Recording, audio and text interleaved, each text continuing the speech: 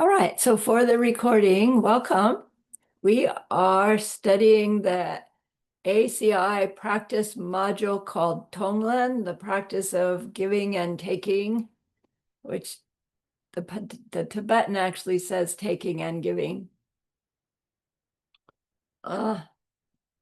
It's November 7th, 2025. For the recording, let's gather our minds here as we usually do. Please bring your attention to your breath until you hear from me again.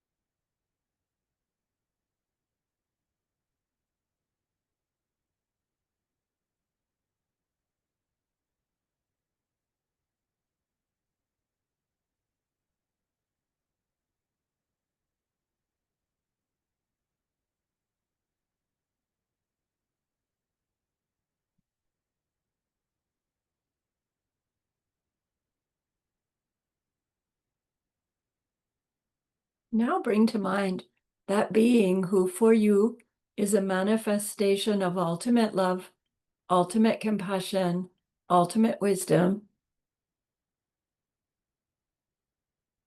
and see them appear before you just by way of your thinking of them. They are gazing at you with their unconditional love for you, smiling at you with their holy great compassion. Their wisdom radiates from them, that beautiful golden glow encompassing you in its light.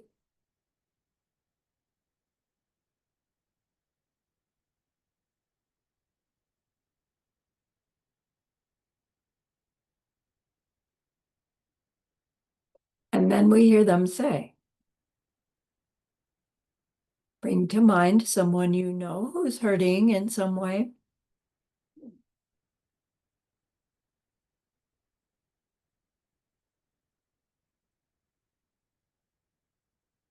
Feel how much you would like to be able to help them.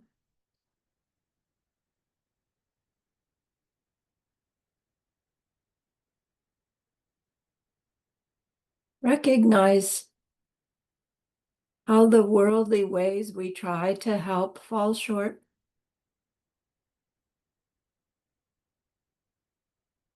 How wonderful it will be when we can also help them in some deep and ultimate way, a way through which they will go on to stop their distress forever.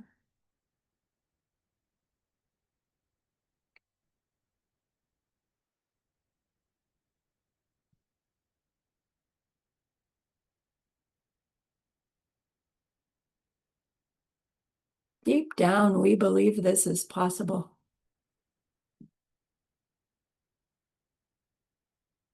Learning about emptiness and karma, we glimpse how it's possible.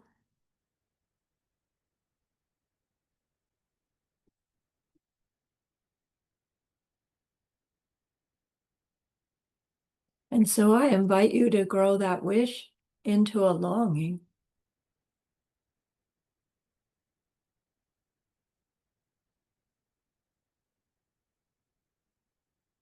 And that longing into an intention.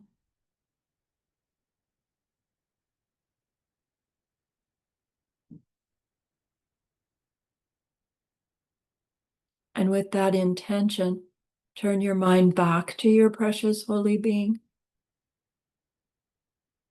We know that they know what we need to know, what we need to learn yet, what we need to do yet to become one who can help this other in this deep and ultimate way.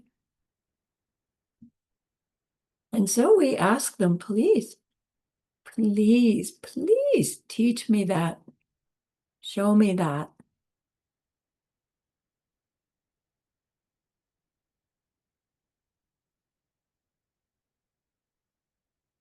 And they are so happy that we've asked. Of course, they agree. Our gratitude arises. We want to offer them something exquisite. And so we think of the perfect world they are teaching us how to create. We imagine we can hold it in our hands, and we offer it to them, following it with our promise to practice what they teach us, using our refuge prayer to make our promise. Here is the great earth, filled with fragrant incense and covered with a blanket of flowers. The great mountain, 4 lands, wearing the jewel of the sun and the moon. In my mind, I make them the paradise of a Buddha and offer it all to you. By this deed, may every living being experience the pure world. Idam Guru Ratna Mandala Kam Niryatayami.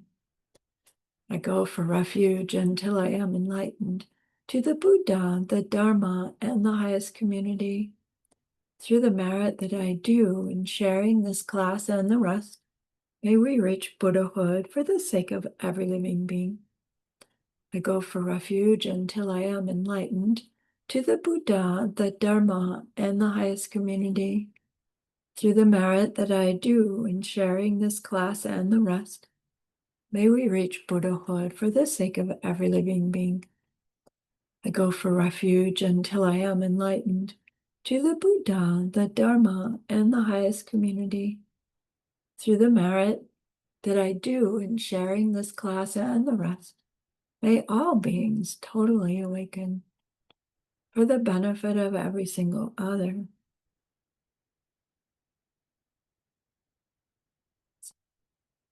Okay. So we're starting this series of 8 classes that is part of Asian Classics Institute practice modules. So these practice modules are 2-hour classes, 1 hour of teaching. Sometimes it comes at the start, sometimes it comes after, and 1 hour of guided meditation. Not that we sit for the whole hour necessarily, but learning to do the practice that the practice module is teaching. Each of these different practice modules is a tool that we then have in our spiritual progress toolbox.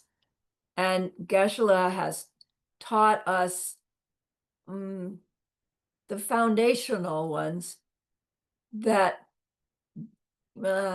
gives us what we need to make progress on our spiritual path. So TongLen is a beautiful, important one. And the practice of TongLen so in this series, we'll learn about TongLen. We'll learn how to do the practice. We'll learn how it works and how it doesn't work. We'll learn where it came from. We'll learn all those details. But more importantly, we'll learn why to do it and how to do it. And this TongLen is a practice where we use our breath to pretend that we can help stop somebody's suffering. It's a practice that we can do on our meditation cushion And when we get familiar with it, we can also do it spontaneously off our meditation cushion. And it becomes this tool that we rely upon when we find ourselves in situations of seeing someone's difficult situation, but not really having anything that we can do to help it. We can always TongLen. And, in my personal experience, like, it's not that TongLen is the fallback. Like, if you can't do anything else, do TongLen. My personal opinion and experience is TongLen first, and then try to help in worldly ways. Or TongLen as your worldly way helping. And we'll see why. I hope by the end of the series, you'll see. And that I hope that it will serve you as it has served me. So I first met TongLen practice 10 years before I met Geshe Michael and his teachings. I was studying something called Theosophy with a small study group, looking for answers to like what's reality beyond the material reality, because I had had an experience that showed me there was reality beyond material reality, but I had no basis for what that was.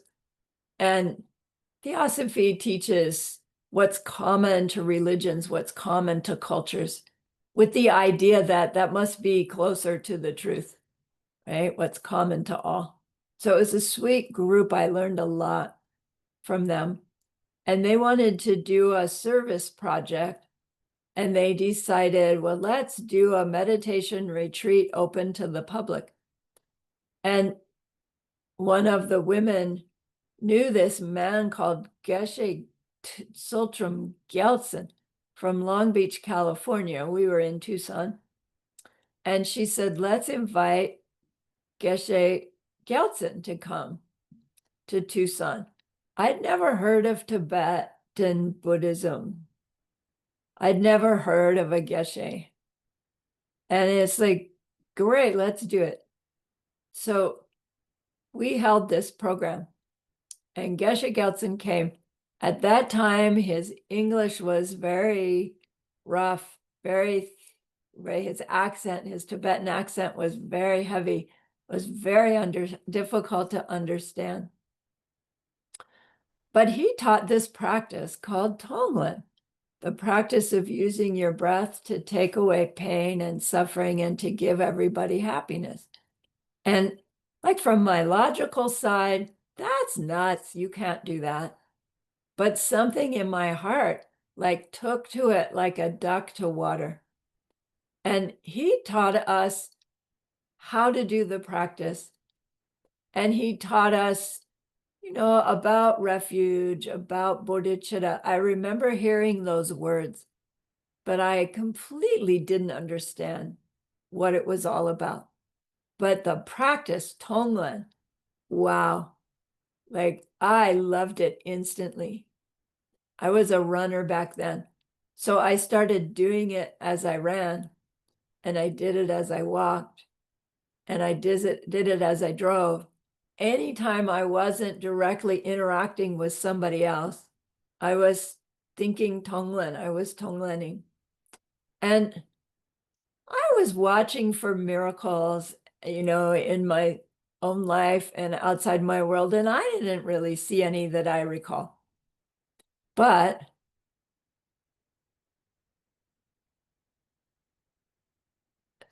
I see now that it was like the beginning of this change in my life that brought me from there to Diamond Mountain, to Great Retreat, to here. And I really attribute it to this TongLen practice. that's not my most prominent practice anymore, but has gotten like sublimated. So it's as if it's going on all the time in the background. Yeah. I just figured out in my computer that it was getting all clogged up because it had something running in the background. And I got in there and I deleted it, and now my computer is so much happier. But it's like I've got TongLen running in the background, and I'm so much happier, right? That I don't want to delete it, even if it is somehow clogging. It's not clogging anything, right? It's helping. So of course, there's nothing in the TongLen that can make miracles, which means it can help us in deep ways, and especially can help us in deep ways the better we understand how it works, why it works, how it doesn't work, which is how it can work, right? Always that riddle, that koan about emptiness and karma. So Geshe Gelsen, he was a Gelugpa trained a monk who was amongst that last group of having been formally trained in Tibet before he escaped in 1959.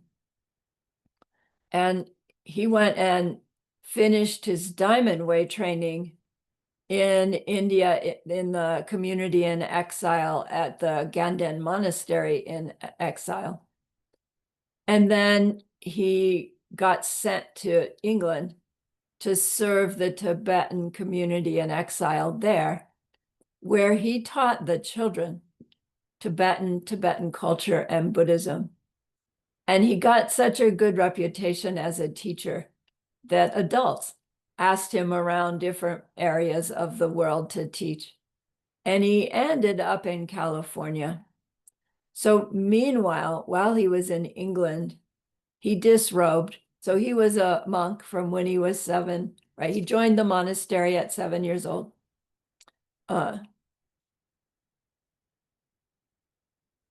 He took the Geshe training. He got fully ordained. And then when he went to England, he gave back his ordination vows. He got married. He had a child, a son. But then not too long after, he divorced and retook his ordination vows and established centers. His main one was in Long Beach, California, which was the connection with our Theosophy group. So he passed in 2009. He was an extraordinary, beautiful teacher, and I'm really honored to have learned this practice from him. And then 10 years later, we meet Geshe Michael and his group. He came to Tucson to teach the Diamond Cutter Sutra and was really in Tucson to check out an area of the desert for their 3-year retreat. And we saw in their literature that they had a practice module called TongLen. So this whole 10 years that we were practicing TongLen, there was nothing written in English about it. We had a small Buddhist study group we were part of, and we were like trying to find different instructions on TongLen, and we were just really left pretty much on our own. And then like, here's this practice module we could study from. So we ordered it. And in those days, what would come would be a set of audio cassettes and a hard copy, reading. And they wrote us back and they said, so sorry, that TongLen module is not ready to be sent out. So they sent us the ACI course 14, the Lojong course, which is where TongLen is taught, is in Lojong. So we listened to the whole ACI 14 at my little study group. And it's like we were hooked with on the ACI. So then finally the TongLen practice module did come. But by the time it did, David and I were already connected to Geshe Michael's 3-year retreat and the group that was supporting that. And we would go down there on weekends to do dishes, and David would do maintenance stuff. And we got to know the caretakers well. So one of the caretakers, her name was Lobsang Chuki. And we invited her or supported her to come and teach Geshe Michael's TongLen practice in Tucson so that we could learn it right properly from him. And it's the same TongLen practice, of course, and it's taught with all these details about how and why and etc. that we didn't have access to before because none of it was translated into English. So Geshe Michael taught this TongLen course for the first time in 1999, only in 1999. Like he was very close to the end of the whole ACI series that he had been teaching people. And at the end of that, he left his group with TongLen practice and Thousand Angels of Bliss practice, another one of the practice modules.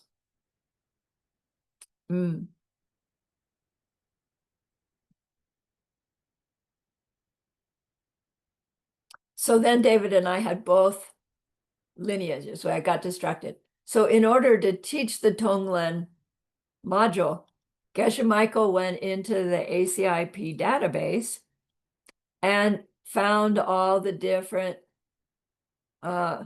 references to TongLen, dating all the way back to the very early Buddhist teachings, and translated them for the first time.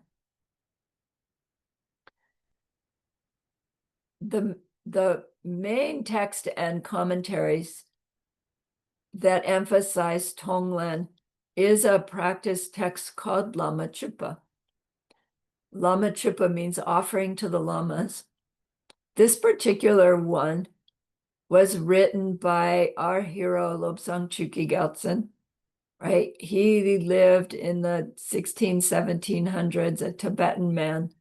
And we know him as being this extraordinary practitioner, this extraordinary teacher, this extraordinary poet, this extraordinary logician, and this extraordinary retreater. The one that's famous for walking out, in the middle of a impending war and stopping it by bribing the two generals that are going to fight. But it's a longer story than that. Anyway, so the Lama Chupa text, it is an open text, but it's one of those open texts that over the years has been used in the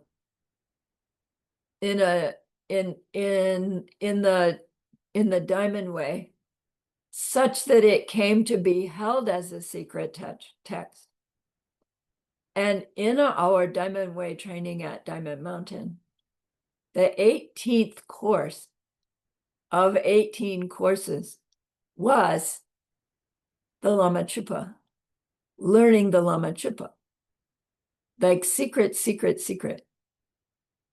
And then coming out of 3-year retreat, 3 years later, like Lama Chupa's everywhere. It's in the practice book that Geshe developed during that time. Everybody's doing Lama Chupa, And at first I thought, well, there's something wrong here, right? It's a secret text. What's it done gone open? And then I realized, no, that's the result of our hard work in retreat to bring this beautiful, amazing text out, right, to a world that's ready for it. Now, granted, Geshe Michael has never taught it, right? He's given the oral transmission. He uses it. We listen to it. We can even read it, but he's never taught it the way it was taught at Diamond Mountain. So we have something to look forward to. In the same way that I learned TongLen but wasn't taught it. Do you see? And then I learned about what I'd been doing all that time when I was doing TongLen. So these practices work in the way they both do and don't work, whether we understand the details about them or not. But to understand the details helps us use them so much more powerfully, so much more precisely, that, right, we can rely upon them as part of our refuge once we get used to them.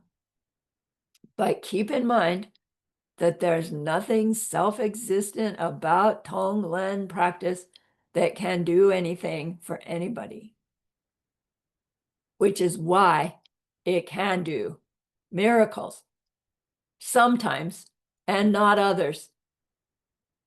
Although we could debate that. It could be that the miracle just hasn't happened yet, that we're in that time gap, right? And the miracle's going to happen 6 lifetimes later, in which case, yay, right? Okay.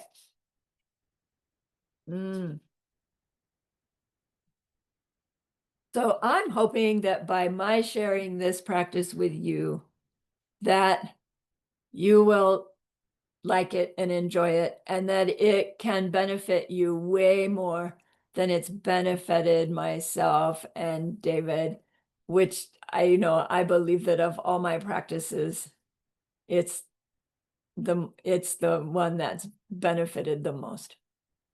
Okay. So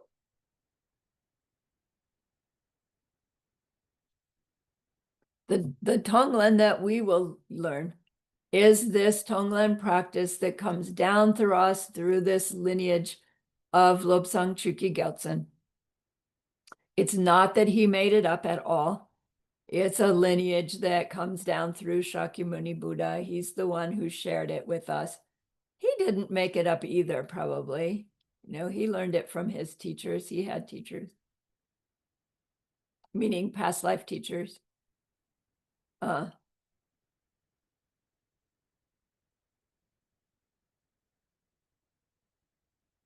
Sorry, distracted myself.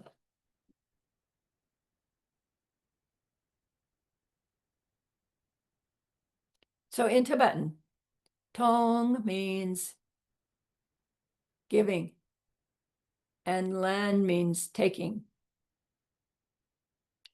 So it sounds like we're saying giving and taking, the practice of giving and taking. But remember, the syntax of English is backwards from the syntax of Tibetan. So when they say TongLen, what they hear is taking and giving. So in the TongLen practice, we take something away first and then give something back. And what we are taking is any kind of pain, distress, upset, mental affliction, ugliness, any unpleasantness that we see happening in another.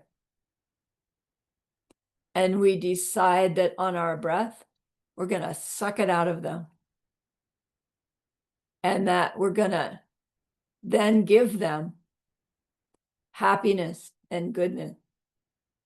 And actually the practice is we're going to give them our own happiness and goodness and good karma. So the idea is, I'm going to take your suffering and all your karma for more suffering. I'm going to take it from you, and I'm going to give you all my goodness. Can we do that? No. Right? If we could take somebody's suffering and karma away from them, well, then for sure a Buddha could do it for us.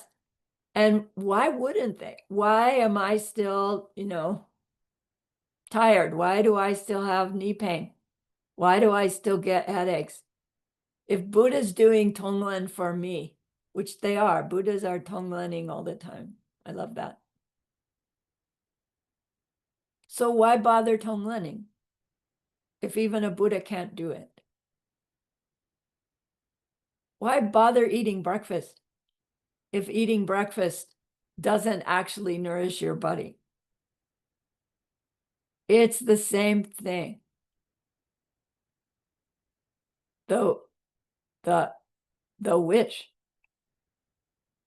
to take away somebody's distress, the pain, the action to try, even just in our imagination and our breath, actually plants the seeds in our mind that, as those seeds grow, will go on to contribute to our perception of ourselves as one who knows exactly what that other needs to do, to give what they need to give up, what they need to take up in order to stop their suffering forever someday. And we spontaneously are what they need at the moment, right? TongLen practice plants the seeds for our Buddhahood. And it doesn't mean it doesn't do anything until we reach Buddhahood, right? It can, it does. But it's simply the wish and the intention. Oh, so that means I can wish myself into, I don't know, being an Arya. And it's like, I've tried. Wishing doesn't work. But doing practices based on understanding karma and emptiness does work by planting seeds. So the whole thing we'll see about TongLen is this beautiful method of using something we're doing all the time anyway, breathing, as the foundation for growing our wish to end others' suffering and to give them happiness, right? To grow our bodhicitta. So really what TongLen is doing is helping us grow our progress towards our enlightenment. And in the process of that, we find ourselves making happier, healthier, kinder choices of behavior, which is how we show by example how to get happier, how we help others, is by being kinder and kinder and kinder.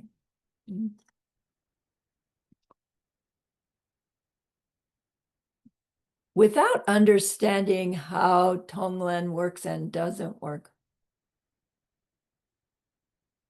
people might have the experience of doing TongLen practice and then themselves getting sick, and then them thinking, oh my gosh, that TongLen practice, it really did I really did take their pain. I really did take their cancer. Whoa, I didn't mean it. Right. And they end up disrespecting and quitting the practice, or even just thinking, like, what if I can TongLen somebody who's maybe having a headache, but I'm not going to TongLen somebody with cancer because I could get it. And to understand that cannot happen, even if it appears that it happens. helps build our ability to TongLen deeper. We cannot take someone's suffering into ourselves. Even if we could, this practice is designed to take that suffering in and destroy it. We'll see. We're not just taking somebody's suffering and letting it fly around in the universe so it can land on somebody else. We're taking it, we will learn to take it into ourselves and use it to destroy the ignorance and selfishness within ourselves, which is actually the source of all the suffering we can see in the world anyway. So we'll be using the distress we see in our outer world to destroy our own ignorance and selfishness, and to replace what we've taken from the other, to replace it with happiness and good karma and wisdom. So we'll be perceiving ourselves, suck the yuck out of them, perceiving ourselves use that yuck to destroy our ignorance, and perceiving ourselves giving them happiness. Like, what more powerful seeds could we make than to see that process happening? So we learn how to do it on our meditation cushion. And once we understand that, you don't have to be in meditation to do it. We just have to be breathing, because we do it all on our breath. And there's a reason for that, a powerful reason for that. So where does TongLen fit in our Lamrim? We're all studying Lamrim again, right? And this study has started us from how to take a teacher. And then we learn the steps on the path all the way up to becoming our own enlightened being, a being made of love, compassion, and wisdom, right? Who is the one who's standing before the one that's praying, please come help me, right? But there's a pre-step to Lamrim, which is recognizing that we need help, recognizing that we even need a teacher. We're not going to go looking for a teacher, right? If we don't have anything new to learn. So when we learn three principal paths, for those who have taken the ACI course 1, there are 3 realizations, things that become real for us, that move us along this path from suffering human to totally enlightened being. Anybody remember? 3 principal paths. What's the first one? Renunciation. Renunciation. What's the second one? Bodhicitta. Bodhicitta. What's the third one? Direct view of emptiness. Right, correct worldview. Correct. Yeah. Thank you. So what's renunciation? I have enough of this world. Yeah, I've had enough of this world. Like Geshe says, sick and tired of being sick and tired. Sick and tired of everything going wrong. Sick and tired of even the good things ending, going wrong. And even if we manage to have this great, perfect life, somebody dies. Somebody who's part of my perfect life dies. Or I die, right? In which case it's too late in this life for renunciation. Renunciation is there's got to be something wrong with this picture. Probably we've all had some experience or series of experiences where we finally hit some version of renunciation, or you would not be here in a class like this. we already see that there's something wrong with this world. And we already have the seeds to wish that we could figure that out.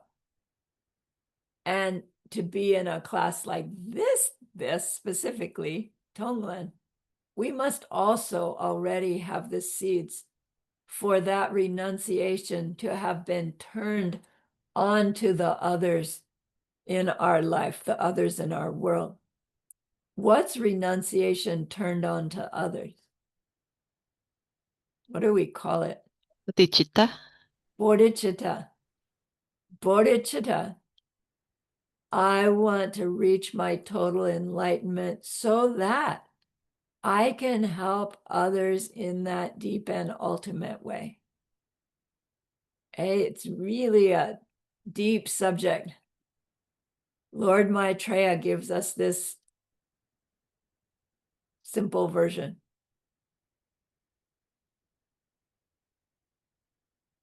So once our renunciation is strong for ourselves, my suffering is no longer acceptable. I'm going to learn how to stop it. And we learn what it takes to stop it.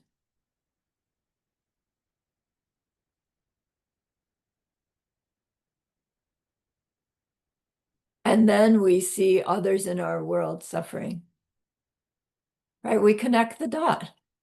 Like their suffering is as big a mistake as my suffering.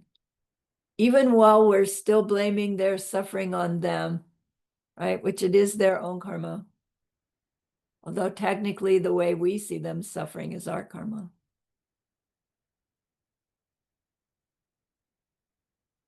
We're reaching this deeper and deeper aha that all that suffering is a big mistake. It's driven by a big misunderstanding. And so it's like, it's so unnecessary. Not that it hasn't happened, not that it isn't real, but it's just this big mistake, right? And if I could just stop making the mistake, I'd stop perpetuating it. And if I can do it, everybody can do it.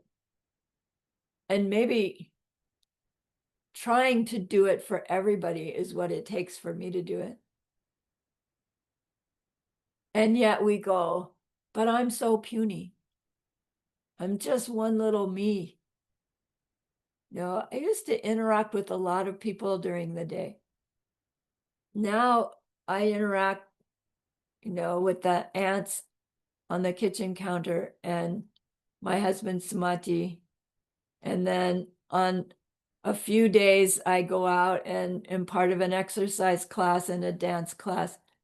And there's a few neighbors, like a handful of people in my day, real, not real, in the flesh people versus in little boxes people, right?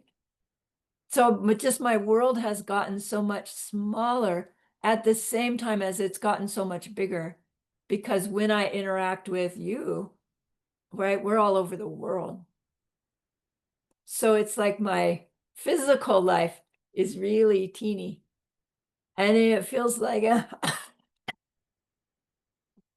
I'm so limited in what I can do. With TongLen, we are unlimited, right? With our understanding of our renunciation, bodhicitta, and worldview, we are unlimited in what we can do, even when we are all by ourselves for days in a row, like in retreat. And in fact, my personal experience with retreat is that I feel I can do so much more for so many more in deep retreat than I can in worldly life. That it's like, let me into retreat. I don't get to go often anymore, but for many years, 20 years, it was a regular part of my program, twice a year, 6 weeks at least. So, why did I go there? bodhicitta, where TongLen fits in the Lam Rim, is it's one of the methods of growing our bodhicitta. So bodhicitta is the wish to reach total enlightenment for the sake of all sentient beings, excuse me.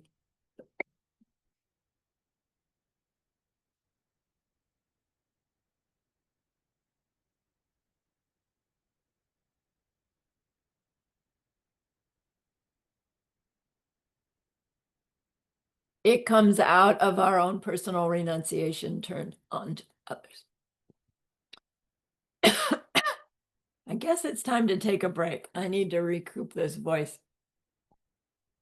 I'm going to put the recording on pause. All right, let's see how this goes. So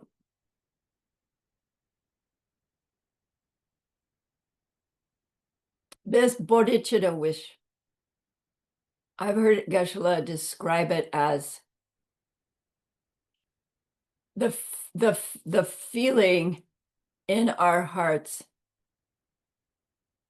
when every conscious being that we experience, our feeling towards them is that they are our only child who's suffering, burning up with 105-degree fever.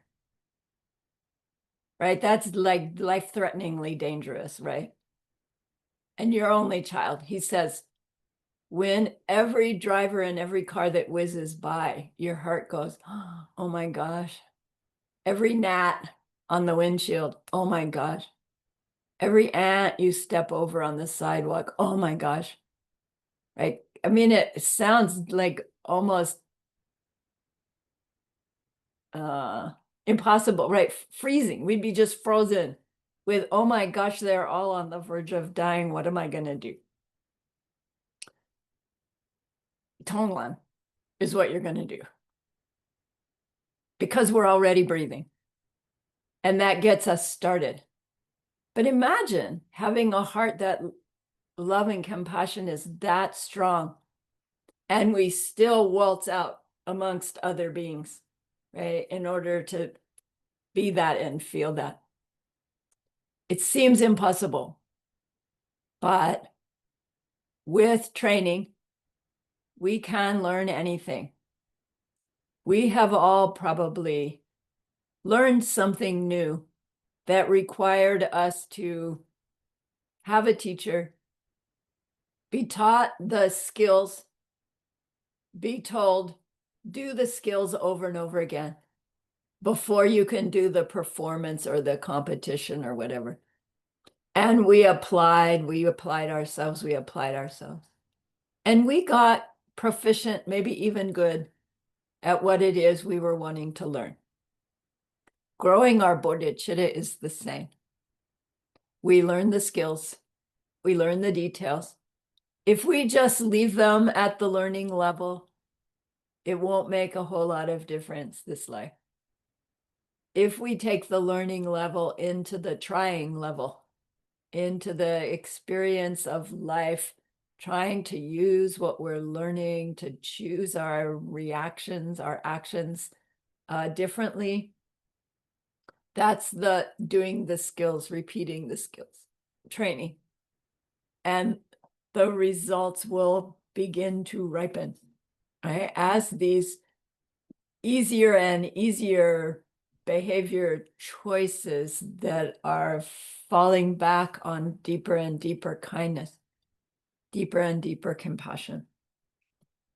So one of the ways to grow this bodhicitta from, gosh, wouldn't it be nice to become Buddha for the sake of all sentient beings, to this heartfelt, oh my gosh, they're all burning up with fever, every single one, I've got to do something, feeling, is one of the methods, is the TongLen.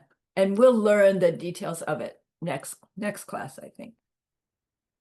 So TongLen practice was passed down to us from Lord Buddha It comes into our lineage through Master Shantideva. It comes to the Tibetans through the group of practitioners that came to be known as the Kadampas. And that's where the Panchen Lama's lineage comes into play, is that the Kadampas pass it on to the first Panchen Lama.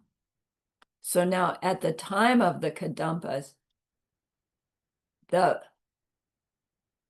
if you've taken course 14, the Lojong course, we learned that those practices of heart opening practices, they were taught teacher to student, like one-on-one, when the teacher saw that the student was ready.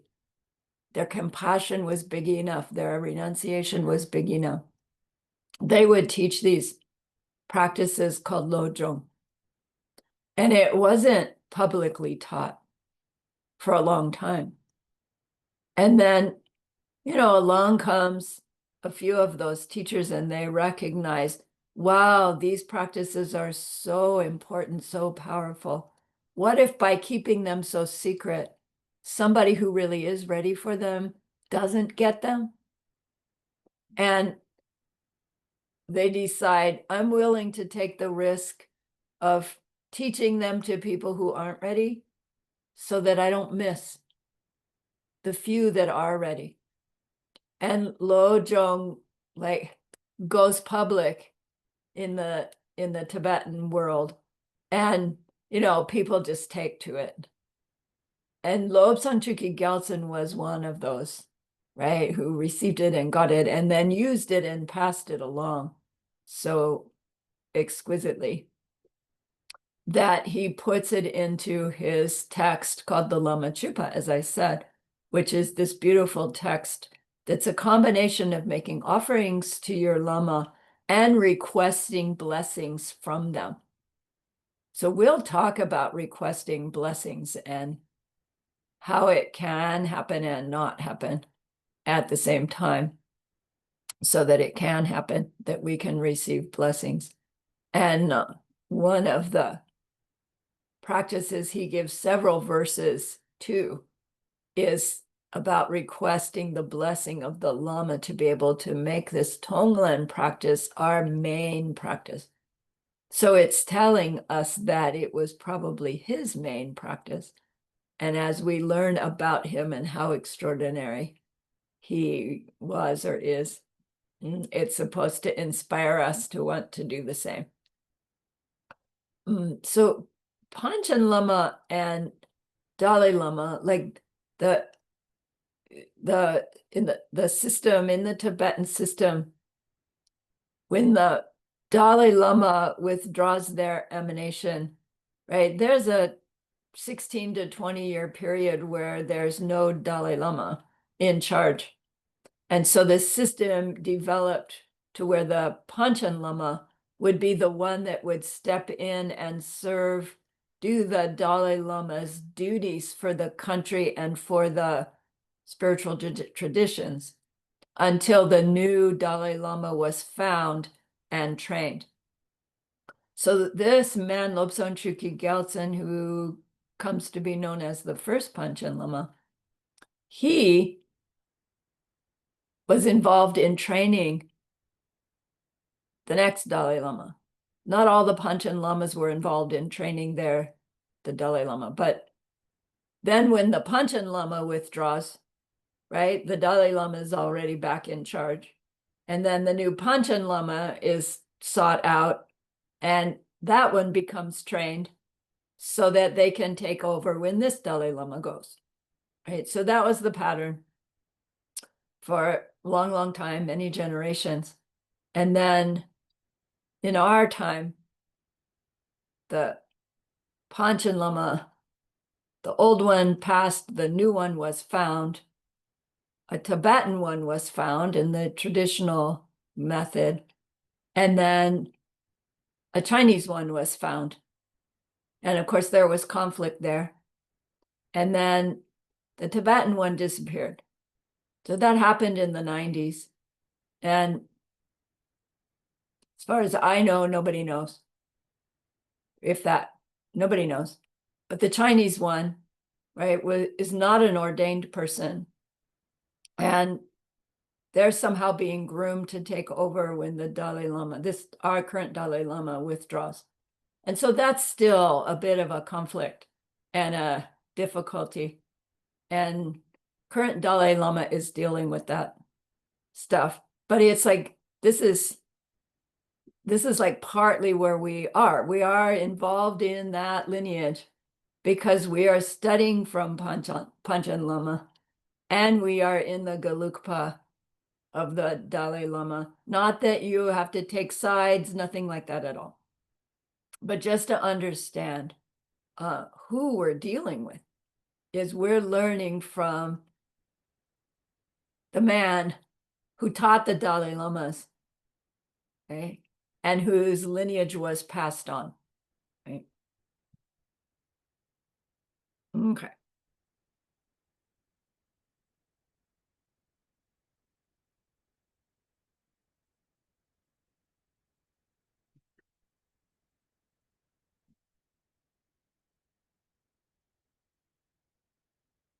So in training ourselves in this bodhicitta, training our heart to love in this big, big, big way,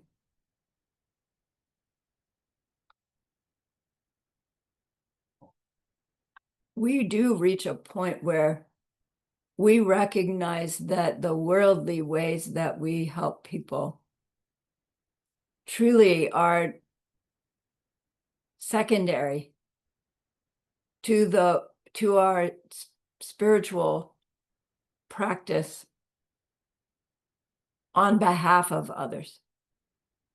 And there may come a period of time where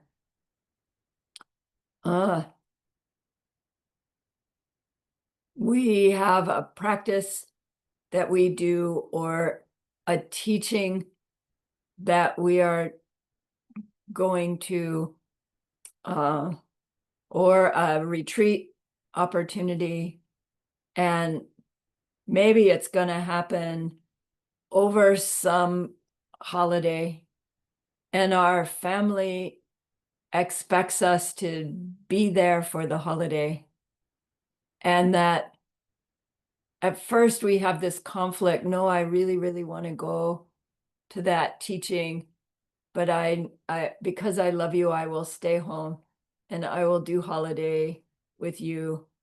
And there'll be a bit of resentment, but you'll do it happily. And then as we grow in our understanding of the power of our teaching and retreating and meditating, the power of that to influence others, we come to see more and more clearly that it's a higher benefit to leave them for the holidays and go do this other thing, even when they are the ones that end up being resentful and misunderstanding. And it's a difficult place to be.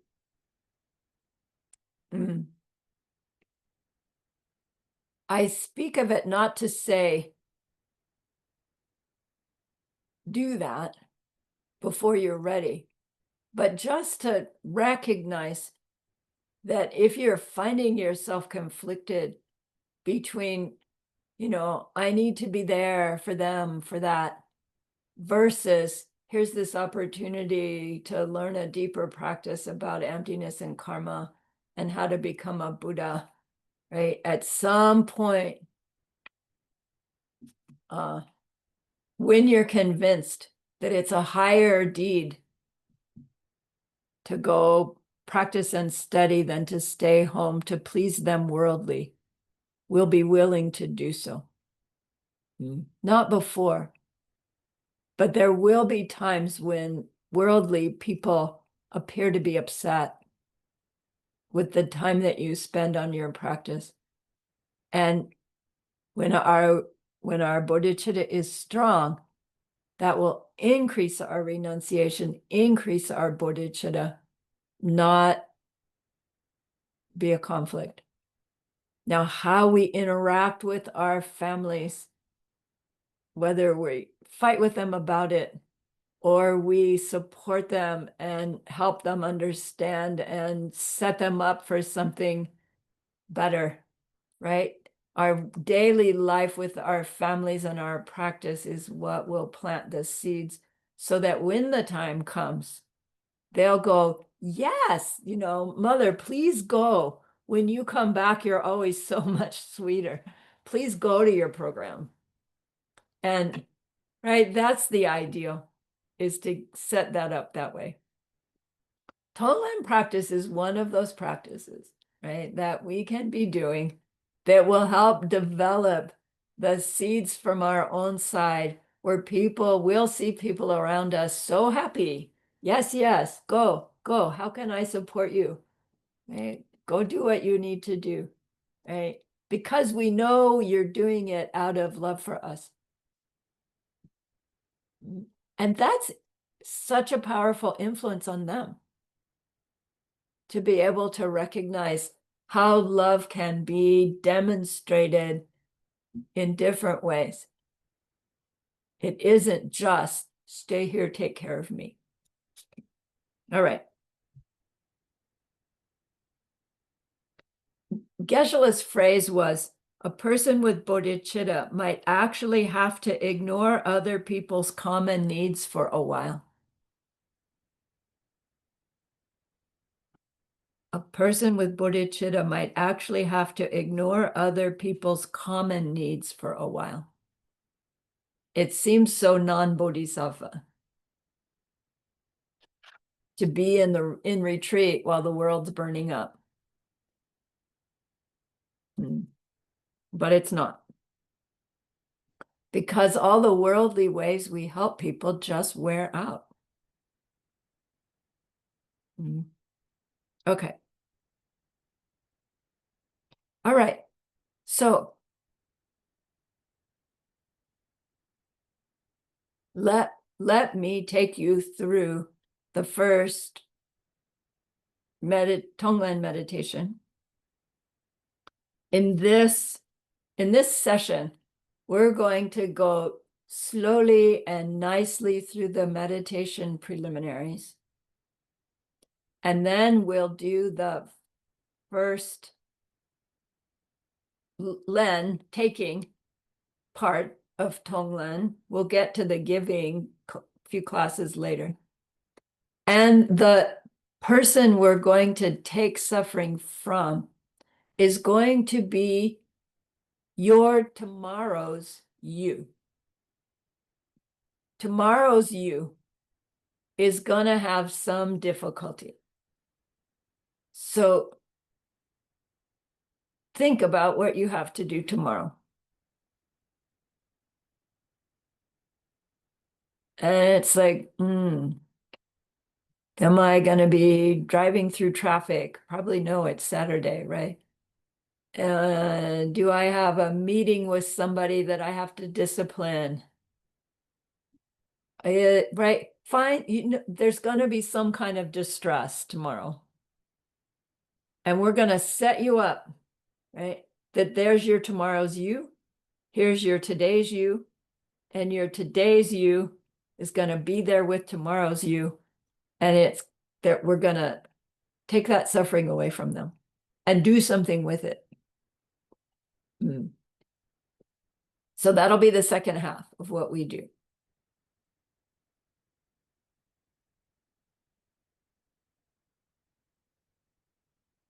When we say, I want to reach total Buddhahood for the sake of all sentient beings, we are one of those all sentient beings. So we are meant to take our own suffering away. Like, how can we know how to stop somebody else's suffering if we don't even know what it's like to get our own suffering stopped in some way? So when I first learned TongLen, I did learn from Geshe Gelsen, TongLen on yourself first. I couldn't do it for a long, long time. It's like, no, not me, everybody else. And then now, like so long later, it's like, duh, do yourself first, because you do yourself well enough, everybody else's suffering's going to go away too, right? Ultimately. So anyway, we'll learn. But let's do the preliminaries really sweetly, slowly. In your own daily session, don't do your preliminaries long and sweet and slow unless that's your whole day's practice. Because you use up your meditation power, right? In your meditation preliminaries, and then it's like, you can't do your actual meditation. So when you do your daily meditation preliminaries, right, they go along swiftly. They shouldn't take any more than 10 minutes, 15 minutes. But I'm going to spend probably a whole half an hour going through them because Geshe-la gave them in this amazing, sweet way that's so beautiful. And so from time to time, you might want to come back and revisit, right, this version of the preliminaries as a whole practice because it's so powerful. All right. So some of you, I know their meditation level because of classes that we've done. Others of you, I don't quite know. So this will be a long meditation for some, probably 45, 50 minutes. Do your best. Uh, don't worry about being absolutely rigid like a rock today, but try not to get up and walk around, right? Just stay still. So first we set our bodies. I'm not going to spend a lot of time on it, but you want a sinking down into your sits bones. So you like push down.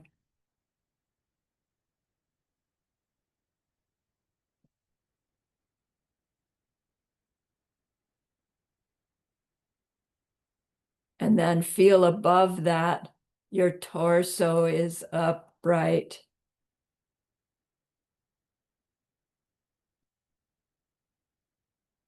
Get a sense of your sternum lifting.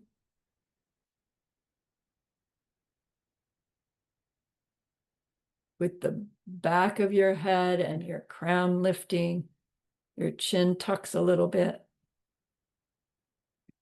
Like exaggerate it and then let it sink down into relaxation.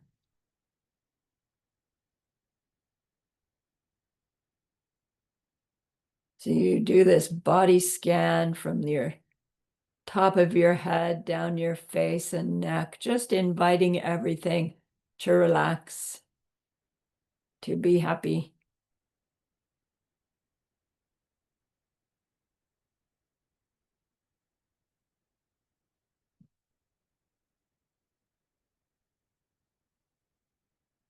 When you get down to the bottom in that scan of relaxation, turn your mind and go back up until you come to the sensations at what we call your nostrils, for what we call your breath. Find that location.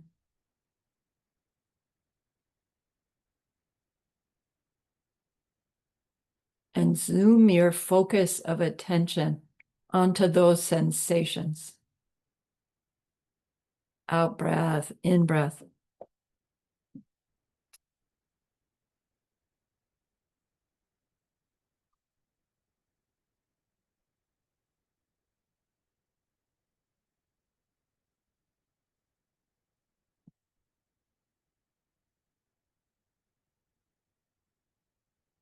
Get your focus clear.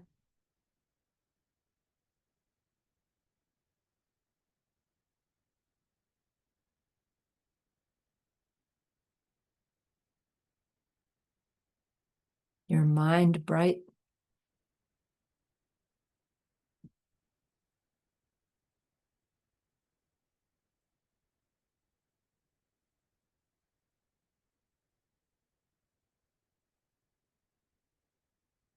And turn on your intensity, the fascination with those sensations.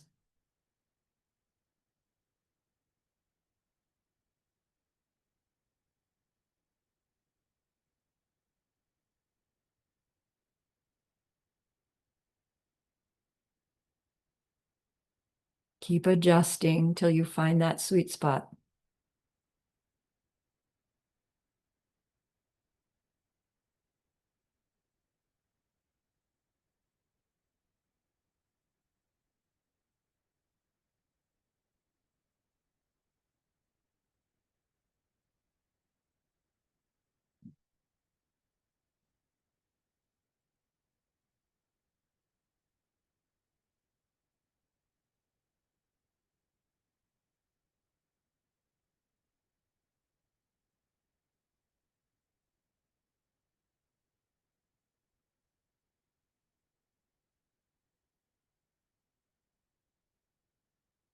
Now intentionally change what this bright mind is focused on to focusing on that precious holy being, your own personal guide.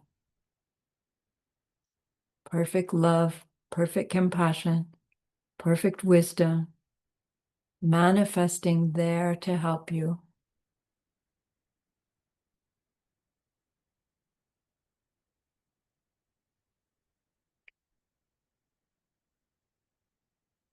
See them there. If you're not a visualizer, know they are there, feel them there.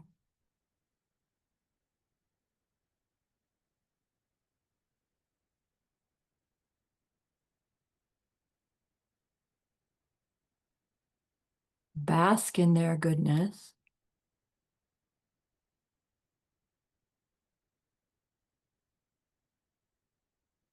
Feel your admiration for them.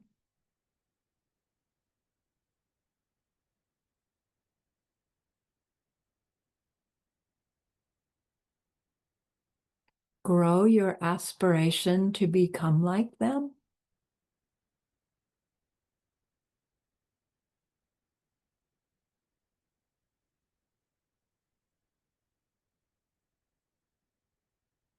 And ask them to help you.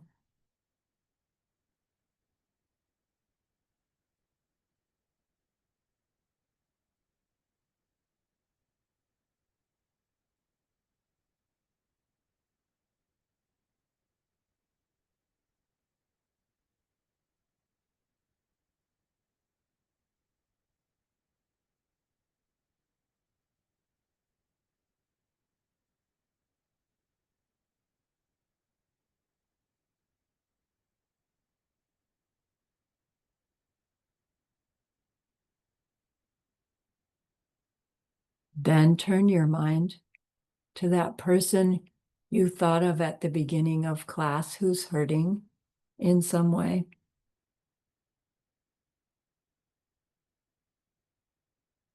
Recognize how the worldly ways we try to help them will just fall short.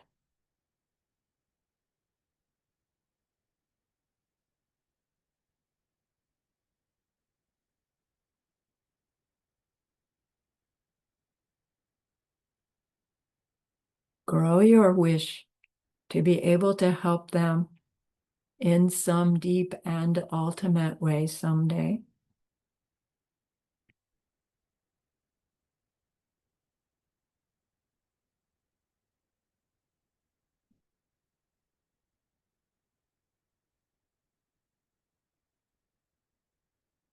And then turn your mind back to that precious holy being.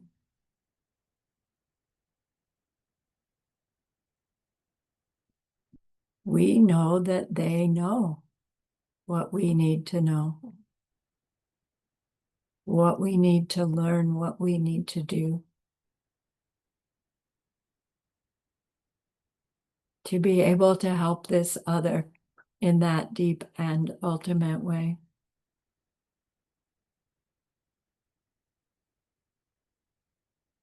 And so declare yourself to them and to their teachings and to those they have already taught. I rely upon you. I entrust myself to you.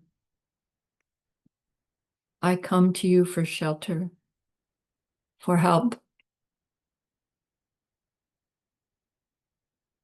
By the merit that I do in this meditation, please help me become one who can help others reach their ultimate happiness.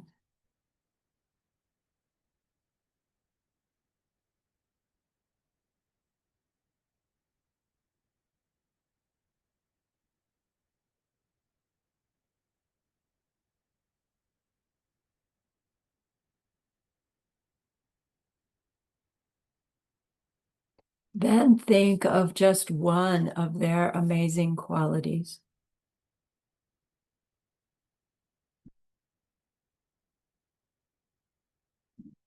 Feel again your admiration and aspiration.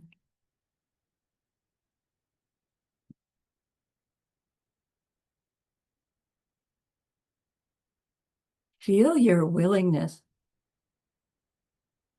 to learn new things, to choose new behaviors. Make a mental prostration to them.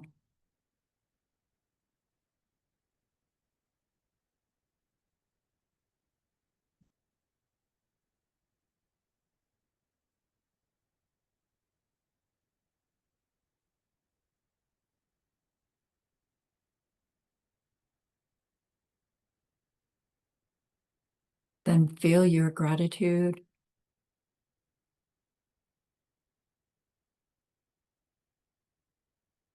And make them offerings. It can be any kind of beautiful thing. Multiply it and rain it down upon them.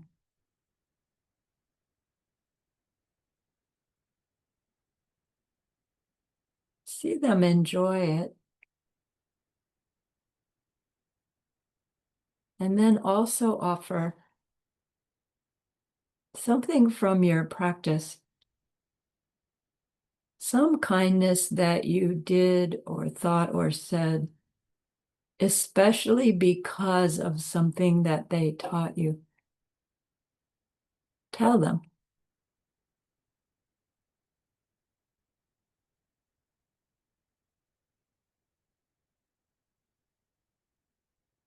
They like this best.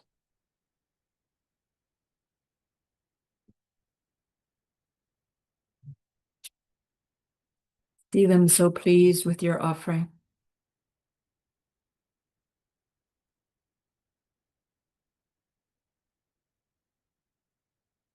And you feel so safe with them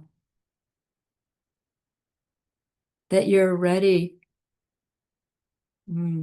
to clean yourself of some negativity.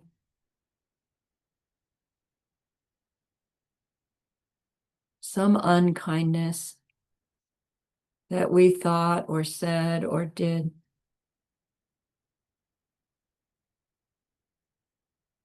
Open your heart, let them see. They know already.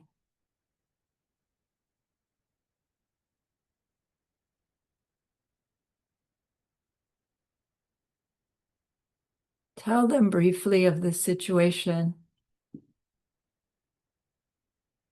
and the reaction.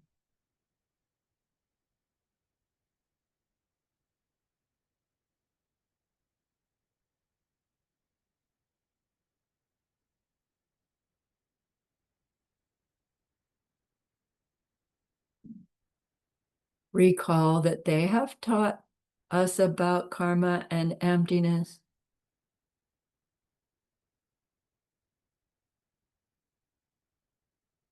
And so how what we have done will come back to us bigger.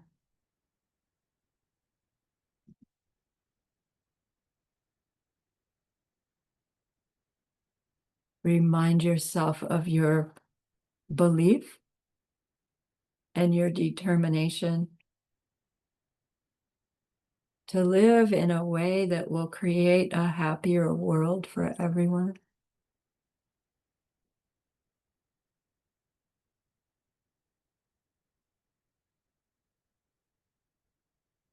And so grow that regret for having made that mistake, having let ourselves fall back into old habits.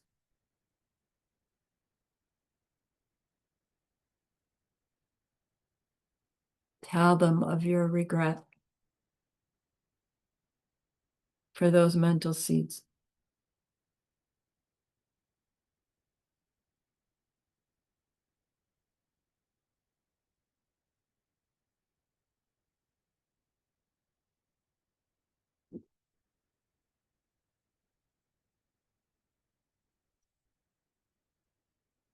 And make a determination not to repeat that mistake in a similar situation. Make a promise you can really keep.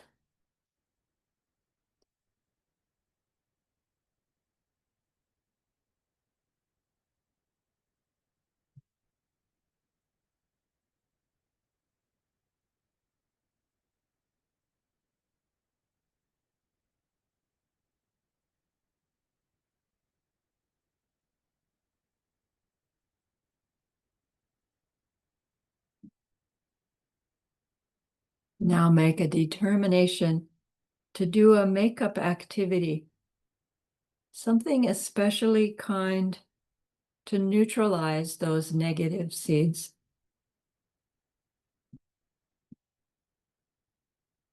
It could be doing this meditation or doing this meditation daily until our next class.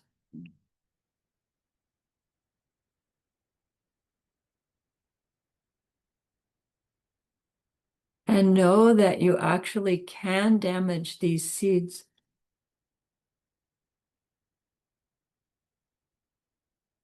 by doing what we say we'll do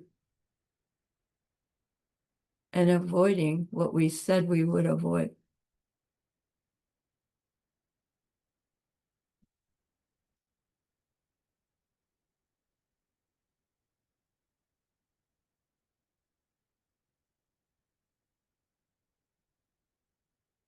Now we fill our hearts with rejoicing.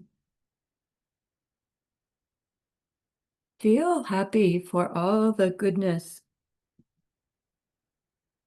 that every being who sees themselves as a Buddha had to have done to reach that state.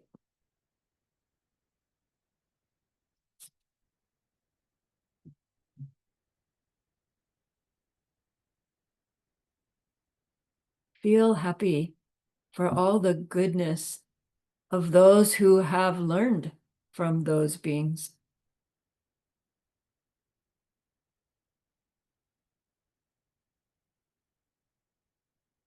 All the goodness of those teachings being passed down.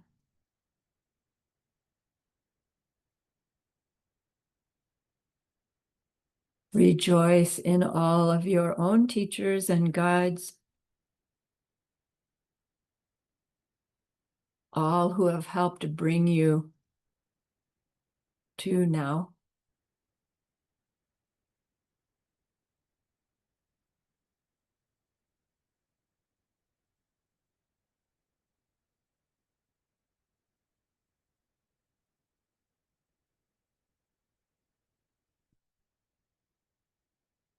Rejoice in all the generosity in the world that is resulting in so many beings with abundance.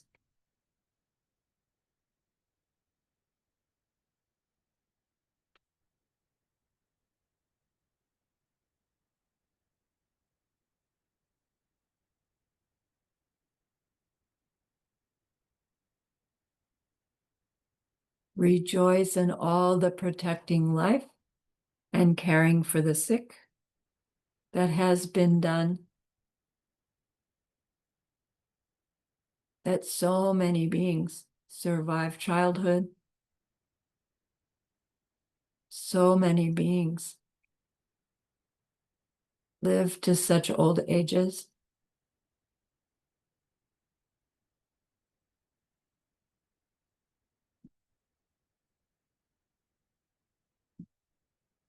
Rejoice in any protecting life you have ever done.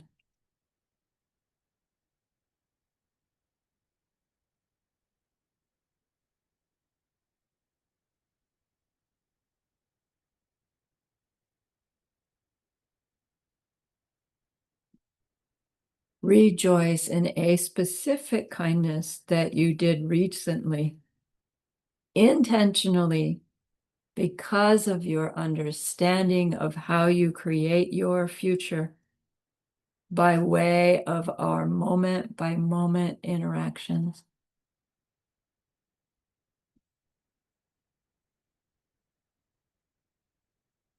Be pleased with yourself.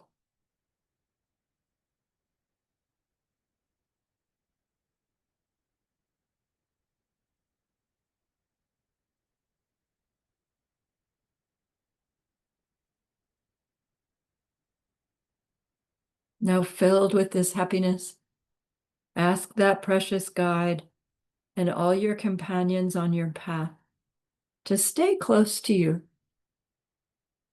to continue to help you, support you, inspire you.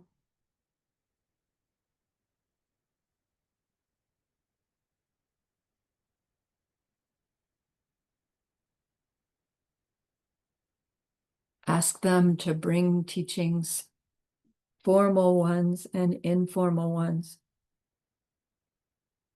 Anything to help you overcome innate selfishness and ignorance.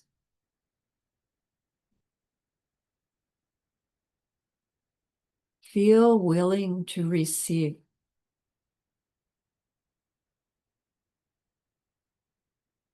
Feel willing to change.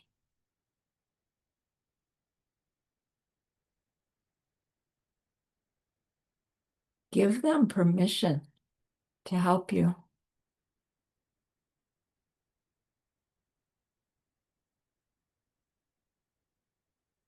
And give yourself permission to be helped.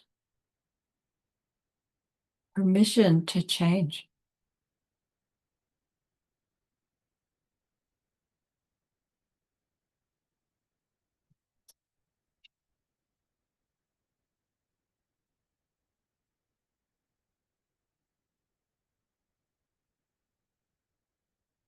Then dedicate the goodness we've done of these preliminaries to achieve some specific goal by the merit of what I have just done, by the truth of the marriage of karma and emptiness. May, fill in the sentence, come about quickly, quickly, quickly.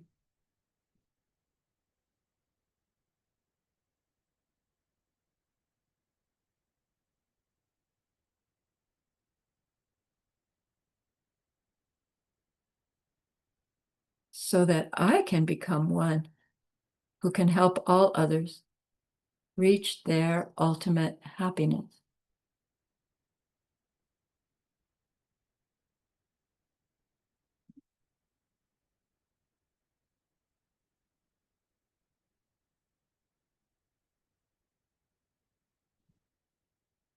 Now check in with your body to see if it needs to shift or adjust.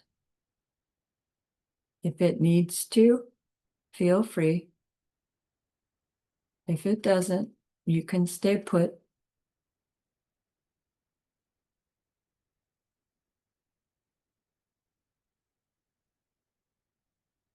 And you settle back in. Return to the breath.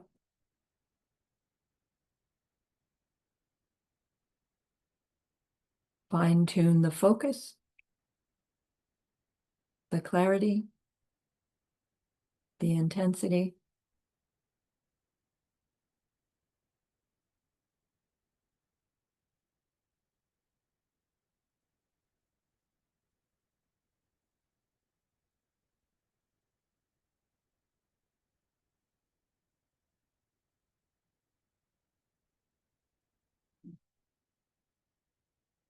Now think of yourself sometime tomorrow when you expect to be having a difficult time with someone or something.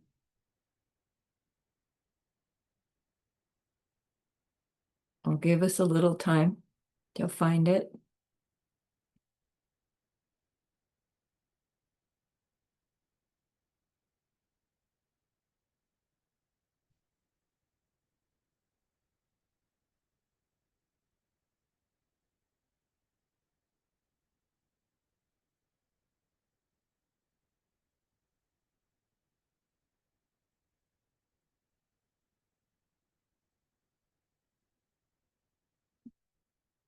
Identify that anticipated stress clearly.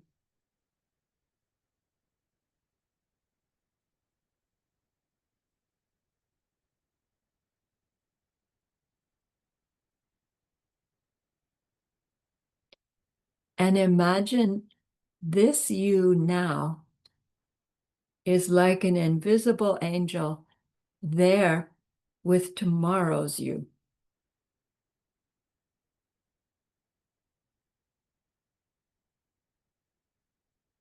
Wherever they are, you are there too.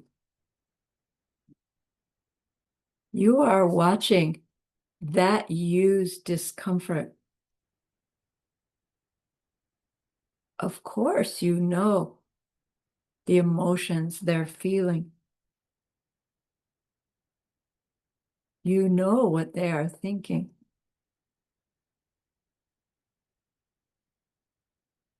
You know how they are wanting to react.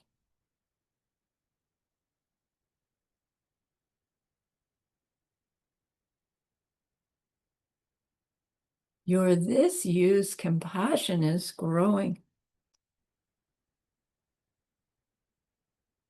So aware of that you's distress. They're headed towards doing, thinking, saying something that's just going to come back to hurt them. Your compassion is like, no, no, don't do it.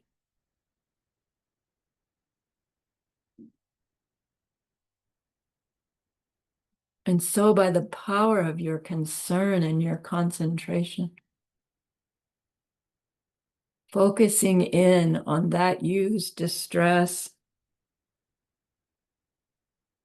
see all that negativity like black yuck flowing around within their body.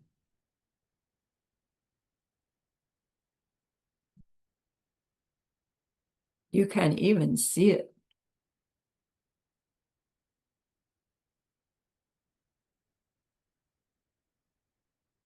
By the power of your concentration, your wish to protect them.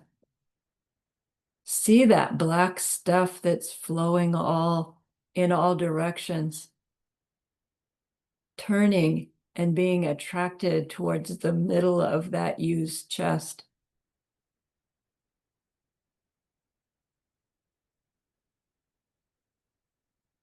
Concentrate, watch, feel your sense of wanting to protect. And all that goo is gathering, gathering, gathering in tomorrow you's middle of their chest.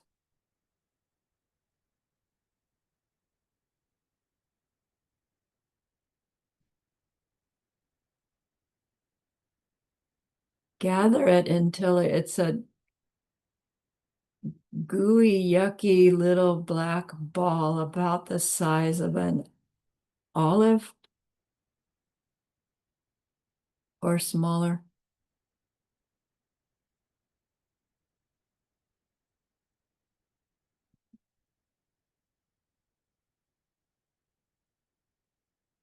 Now, angel you, say to yourself, I'm going to take all of that distress, name it.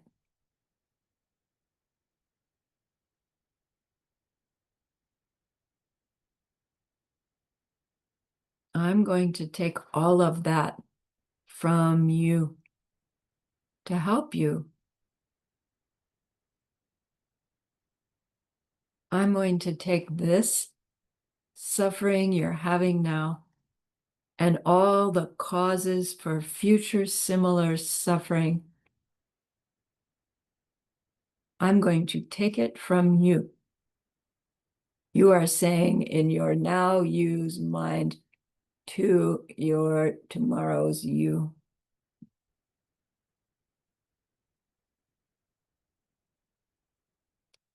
And now with each now you's exhale, see and feel that exhale breath come out of your nostrils towards your you, tomorrow's you. It goes a little ways out, first exhale. On the inhale, it just pauses there. Next exhale, it goes a little further towards them. Next one, a little more. Until it reaches the place where their inhale draws it in. And your exhale continues it.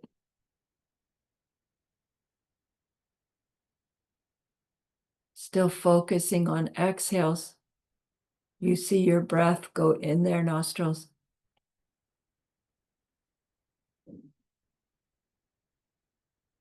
Down to hook into that little black ball.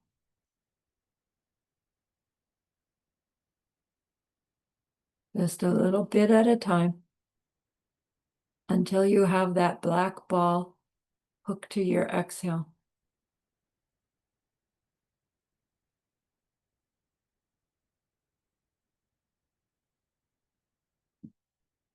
Once it's hooked, we shift our focus to our inhales and remind yourself, I'm taking all of this now suffering and all the seeds for future similar, and I'm going to take it out of that me. And with each inhale, your inhale is pulling that black ball up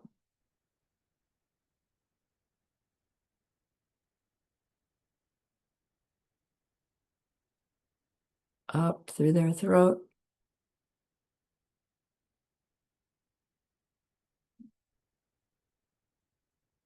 up around, out their nose.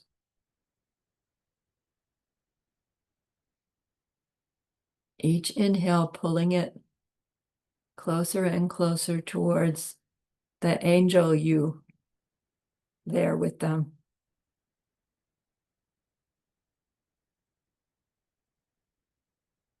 Until you have that black ball of their suffering hovering just underneath your now used nostrils.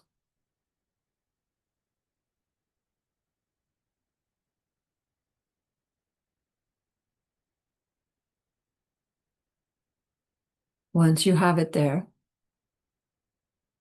leave it for a moment and look down into your now used middle of your chest. You see a tiny little flame there.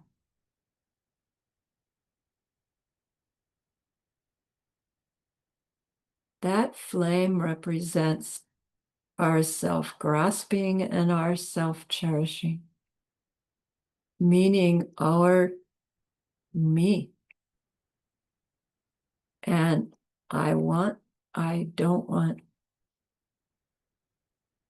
Subtle states of mind. our ignorance and selfishness.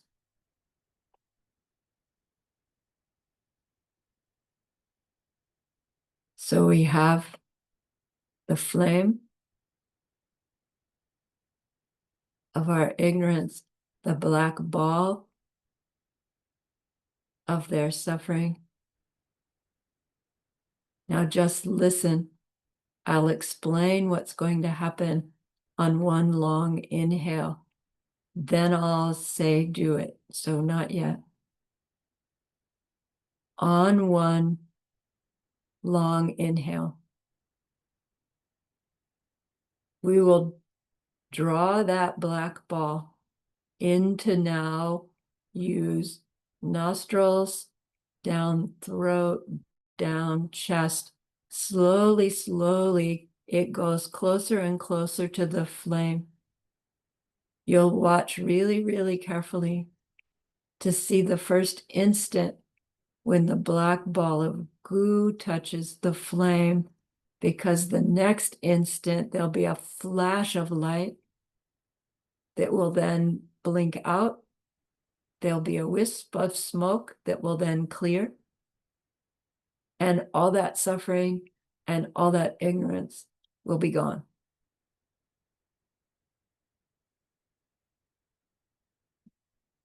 So to set ourselves up, get again well established in the you now, with the black ball of goo of tomorrow's you's suffering and the tiny little flame in its specific location. Then when you're ready, you let a nice, easy, long exhale. And at the start of its inhale, you draw that black ball in, up, around, and down, and watch it touch the flame. So on your next exhale, you start and go.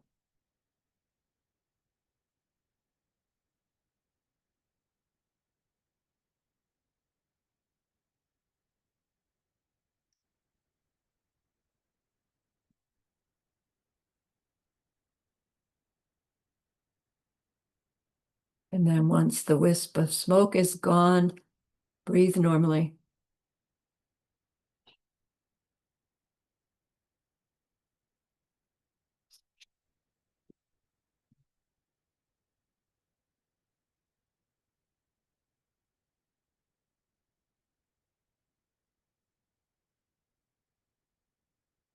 And look back at your tomorrow's you.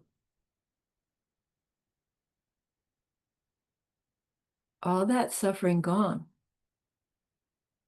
All the causes for it gone.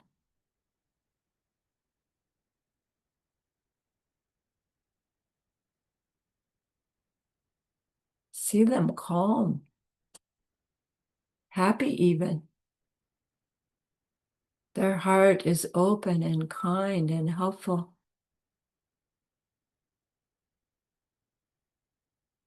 They are able to deal with that situation in a whole new way.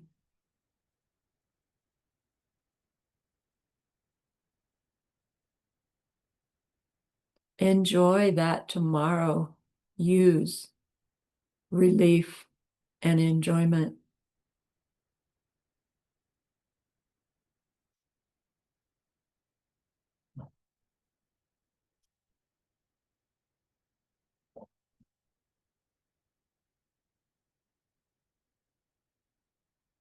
Rejoice that you were able to help in that way.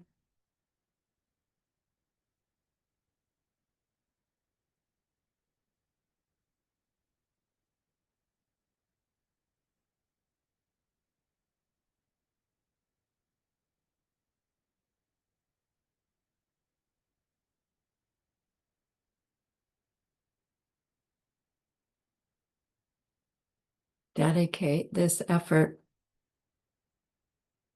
to reaching the ability to truly stop suffering and its causes,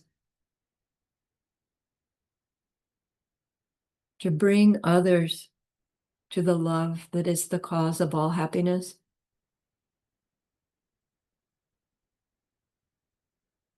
to bring others to the joy of knowing truth directly,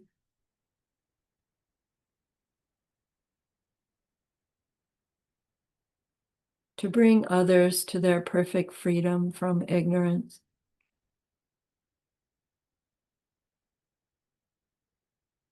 We have planted seeds for all of that.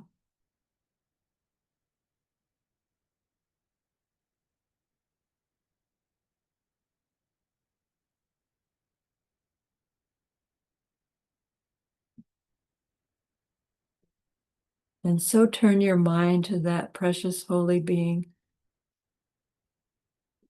in gratitude for how they are teaching you and guiding you.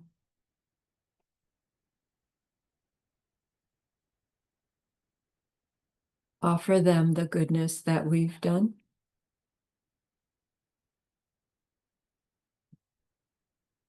See them accept it and bless it. And they carry it with them right back into your heart.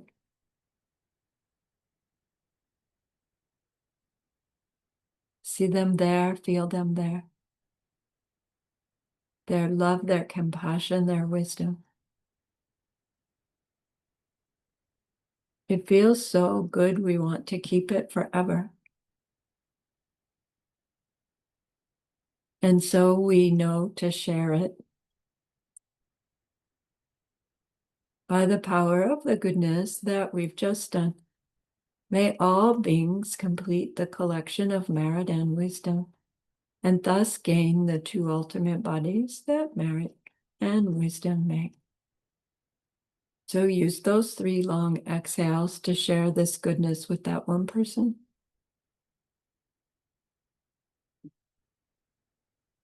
Just share it with everyone you love. To share it with every existing being everywhere. See them all filled with loving kindness and the wisdom of loving kindness. And may it be so.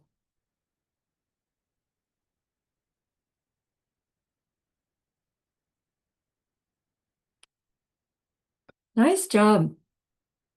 That was almost 40 minutes of sit. You did great. Not so hard.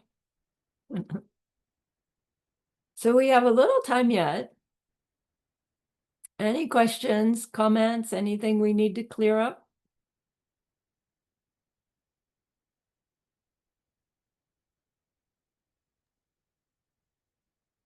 Yes, Claudia. How can I overcome the feelings while I'm meditating? The in my body, like I'm too aware probably of the environment, and it just takes my concentration away from the meditation. Right. You know, I wish there was something I could say that would just go, okay, this will fix it. Right? Maybe Sylvia has a clue. Yeah, meditation is a training and it takes time like any other. And so the tool that I personally have found to help with that is like not in this particular meditation, but in a separate session, I would actually use all of those sensations.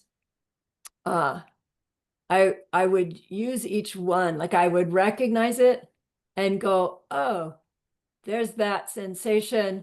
It's a karmic seed ripening. It's done and gone. Now I'm back. And then there goes the next one. Oh, karmic seed ripening. Let it go. Now I'm back. Right. So I actually used them. And then pretty soon it quit happening. It's almost like whatever that was that's doing that to your mind. It's just like the 3-year-old trying to get mom's attention. And when it's finally happy with something else, it leaves you alone. So, for TongLen practice, don't worry, it's gonna happen. Just pull back and come back. And do Thank you have anything to share, Sylvia? I mean, not only I have a question, Venerable Sarani, Lama Sarani. I have a question, but before that, I recently became aware in a study that exactly what you explained, Lama Sarani, that when we are aware of our mind wandering and then bring it back to the object of meditation, that's where the learning happens. That's where the training happens. And that makes us strong. You know, those meditation muscles. Yeah, good. Uh, So, maybe, let me add. maybe, Okay. Connie, and if you still have time. Yes. We have 5 minutes. Uh, Sylvia leads meditation training in Europe, which is why I'm asking her opinion. She's a long-term student. Happy to have you. It's an honor to be there. Yeah. So, okay, I ask my question.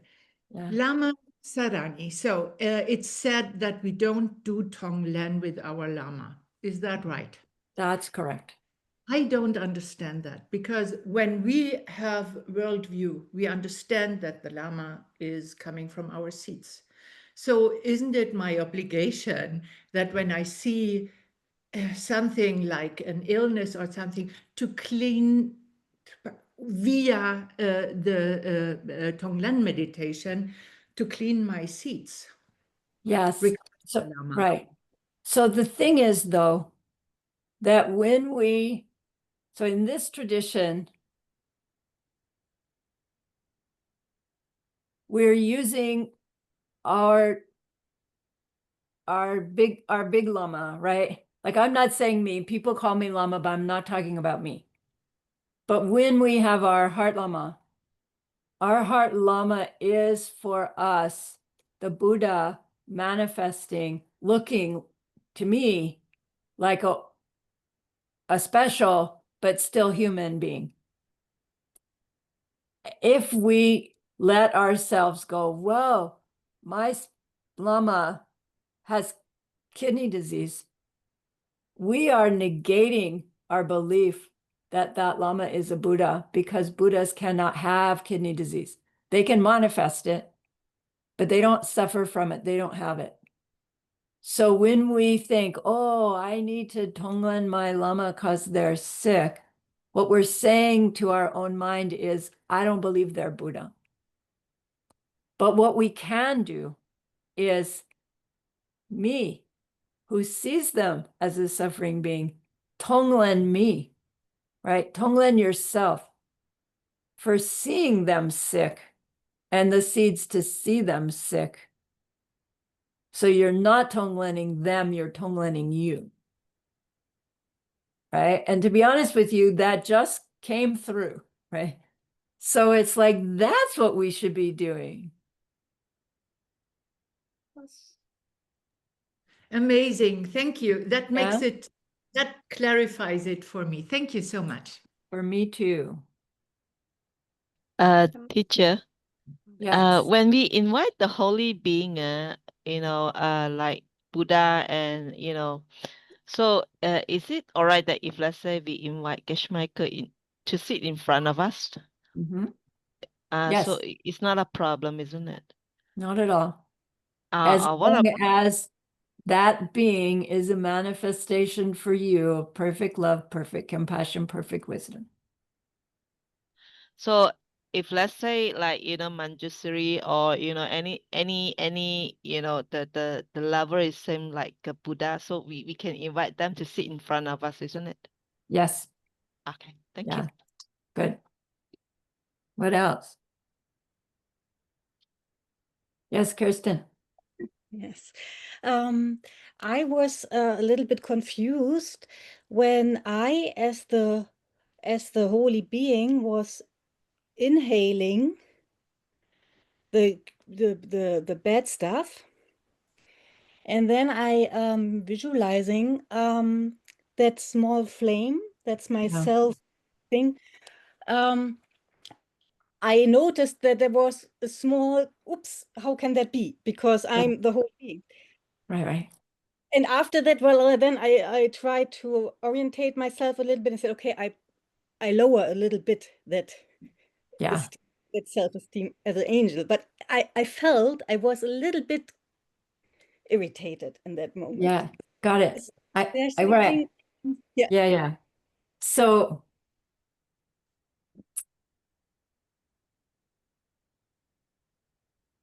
yeah, okay. I have two answers. So one is,